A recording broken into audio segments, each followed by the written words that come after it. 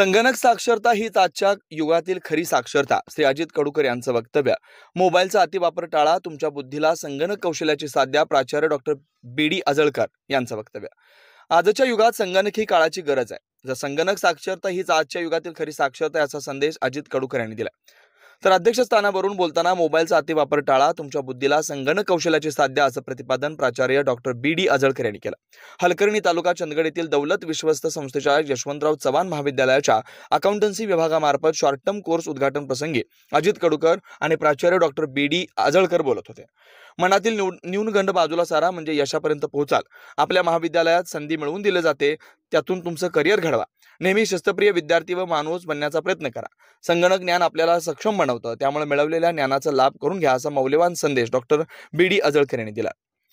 प्रास्ताविक अकाउंटन्सी विभाग प्रमुख प्राध्यापक जी.जे. गावडे यांनी केलं. यावेळी महाविद्यालयातील प्राध्यापक जी.पी. कांबळे, प्राध्यापक व्ही.डी. पाटील, डॉक्टर व्ही.व्ही. कोलकर, एम.एन. पाटील, शिक्षकेतर कर्मचारी कार्तिक मोरे, विद्यार्थी-विद्यार्थिनी उपस्थित होते.